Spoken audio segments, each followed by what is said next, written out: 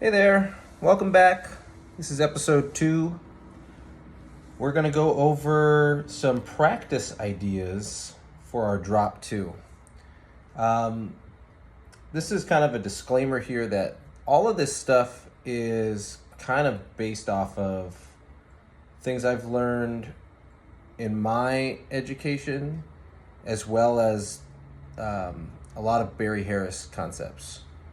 So this one, a lot of this stuff is seeing it through the eyes of Barry Harris, and kind of taking a lot of stuff from people like Thomas Eccles and Chris Parks and David Shore and some of these folks who are really working on the Barry Harris thing.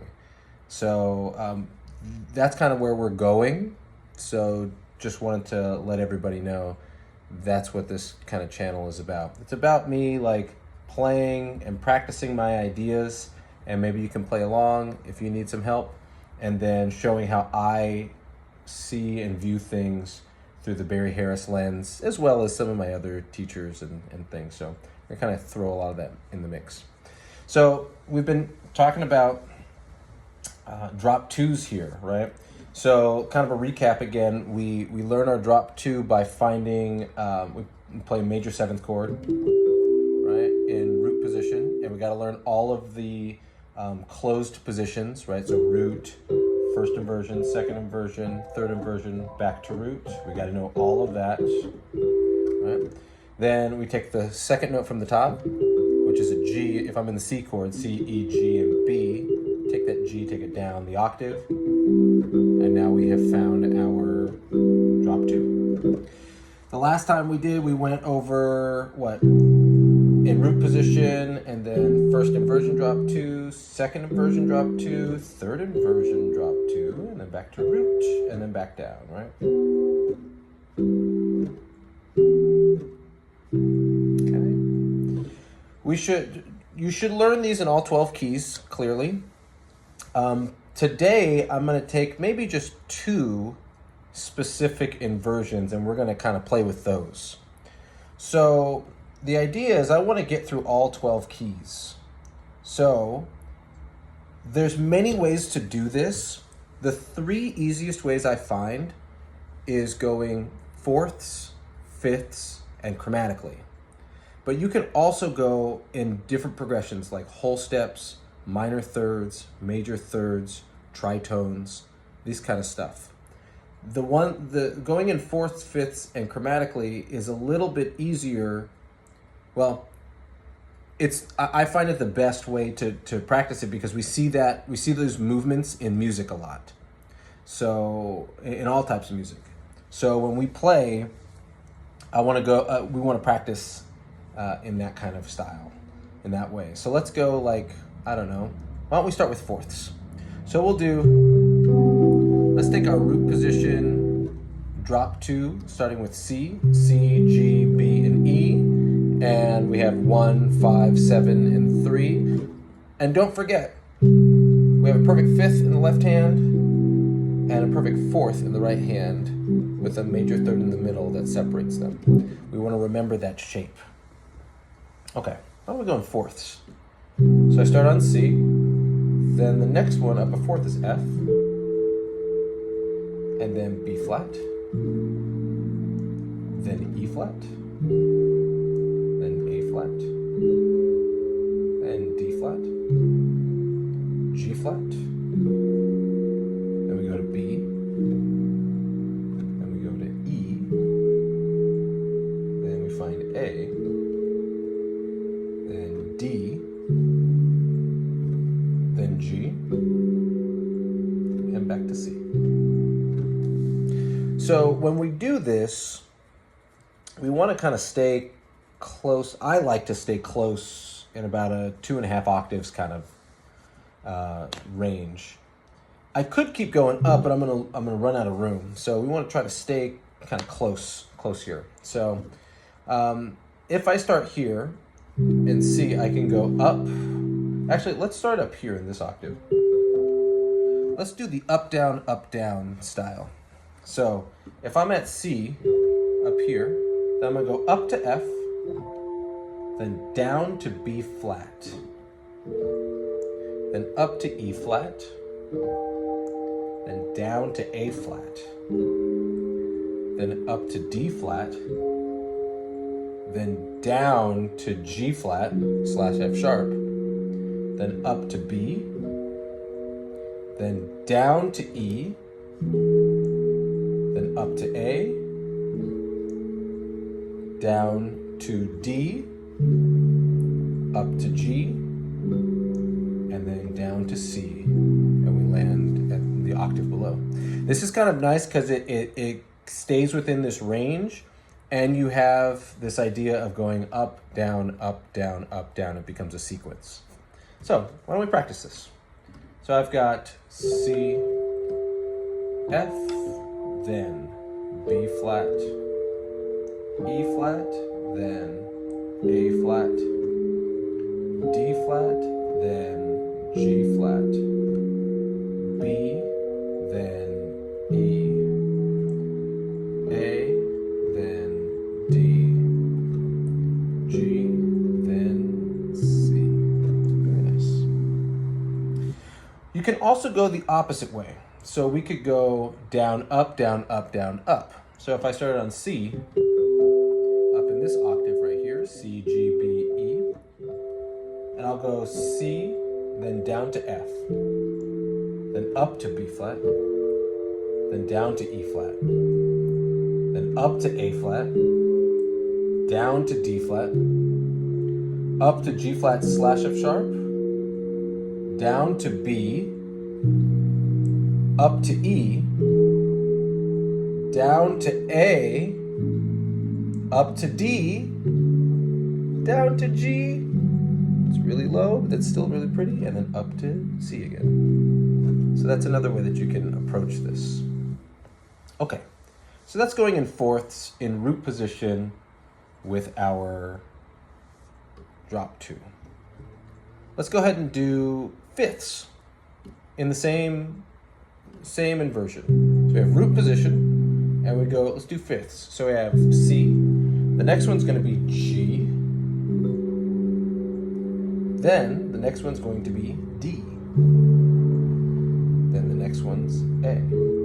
Now, something I notice here and realize is that in fifths, if I'm in root position, to go to the next chord, I'm going to look at my left hand, and the second note in my left hand, that's the next chord we're going to go to.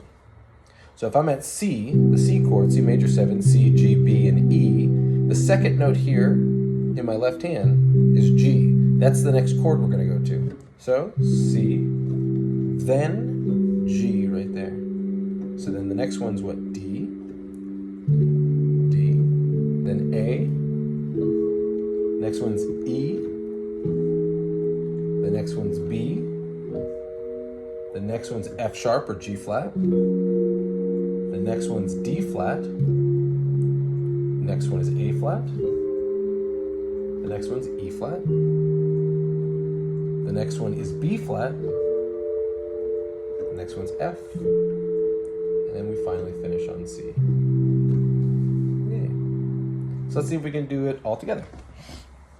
So we have C, then G, then D, then A, then E, then B, then F sharp slash G flat, D flat, then A flat, then E flat, then B flat, F, then C.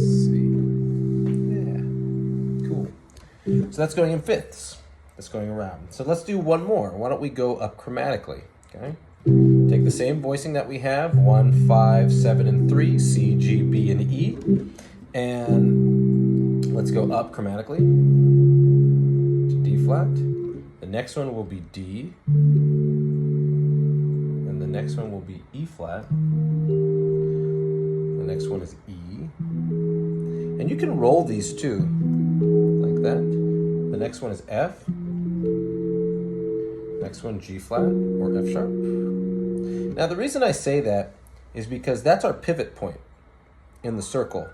when we're thinking about the circle goes, in the circle of fourths is C, F, B flat, E flat, A flat, D flat, G flat. But then we need to, that's all the flat notes. Then we go to the sharps. So then I say slash F sharp, so then we can get to F sharp, B, then E, then A, then D, then G, then back to C. So that's usually where I like to pivot. So we were at what, G flat or F sharp, then we go to G, then we go to A flat, then we go to A, B flat, B, and then finish on C. Now, we could just go up, but we want to make sure that we go up and down, because in music we're going to be going up chromatically, we'll be going down chromatically. So it will help if we do both ways. So once we hear at the top, come back down.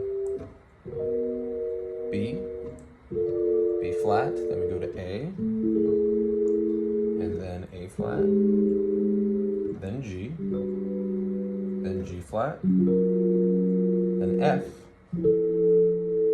then E, E flat, D, D flat, and C. Yeah. So why don't we go up and down chromatically? Let's take it really slow. So we have C, then D flat, then D, then E flat, then E, then F, then G flat, then G, now A flat, A, then B flat, B, then C, come back down, B, then B flat, then A, now A flat, G, then G flat slash F sharp, F, then E, then E flat, then D, D flat, then C. Yeah. One thing that you can think about is isolate your hands. Do you know how to play? Can we play in fourths or fifths in our hands? So like with this particular inversion here, my left hand is in fifths. So you can take that and just separate it. If this is kind of hard, just take your left hand and just practice fifths.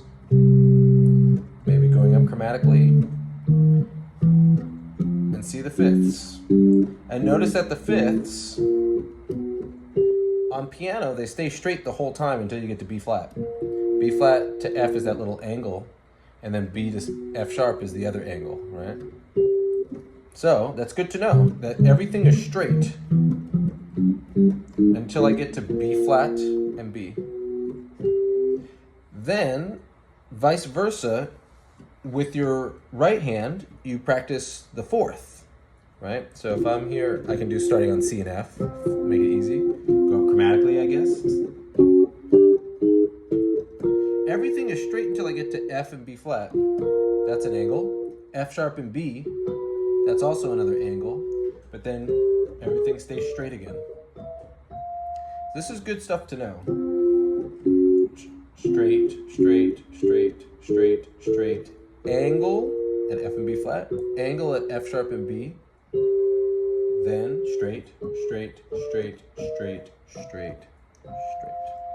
And you can then you can do the opposite in both hands. So I did fourths in my right hand, but I did fifths in my right hand.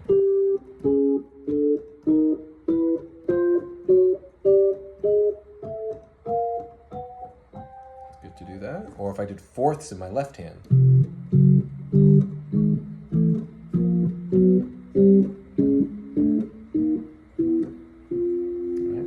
Cool. Then you put them together. Now we have this type of chord quality. Okay, let's do one more concept here. So let's take now our drop two, and we've been in root position. The root position is very common, and we're going to be using this a lot as we get more into like some Barry Harris stuff and deeper into playing some of this music. This voicing, this inversion is going to be important. Another inversion that's really important is is the second inversion. So I have C in the root position, my first inversion, and then my second inversion. This one's really common. So this one, where we have G, C, E, and B, which is 5, 1, 3, and 7. Okay? This is a 4 in the left hand and a 5 in the right hand with a major third in the middle. Okay. So why don't we do the same thing that we did, which was go in the circle of fourths, circle of fifths, and chromatically. Okay?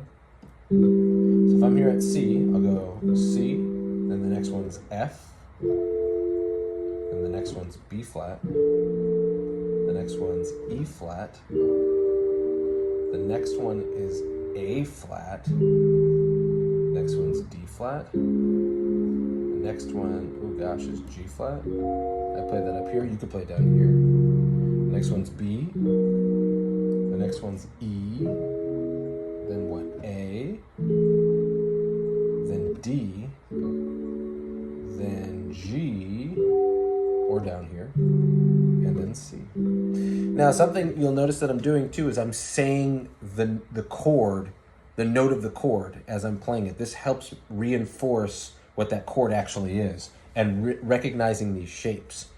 It's all about shapes, man. It's all about shapes. Piano, guitar, vibraphone, bass. These are all like shape. In fact, all the horn instruments too, saxophone and trombone and flute and trumpet, all of these we all think in shapes. So this is just a different shape to think about. So this is C major 7. Okay. So let's do it in time. See if we can go. So C, then we'll go in circle of fourths. C, then F, then B flat, then E flat, then A flat, D flat, then G flat slash F sharp, B, then E, then A, then D, then G, then C. For me, I don't really feel like I got that very well because I didn't really know it. I would do it a few more times, maybe 3 to 5 times, just to make sure that I've got that sucker down. But let's move on for the purpose of this video. Okay, so now let's go in fifths. So if I'm at C, I gotta go to G. I can either go up to G or I can come down to G. Either one is fine. Okay. Then where do we go to? D? Oh yeah. Then who's next? A? Yep. Then E is next. This one's hard for me. I don't practice my fifths enough. E, then what? B, then F sharp slash G flat, then D flat, then A flat, then D flat, oops, no, A flat, sorry, then we go to E flat, then we go to B flat, then we go to F, and then we finish on C. So you see that? That means I need to hang out with this a little bit more. It's kind of like, it's like a friend, you know?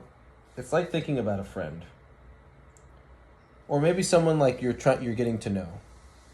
I don't really like practice sometimes has a negative connotation or feels like it's like a chore.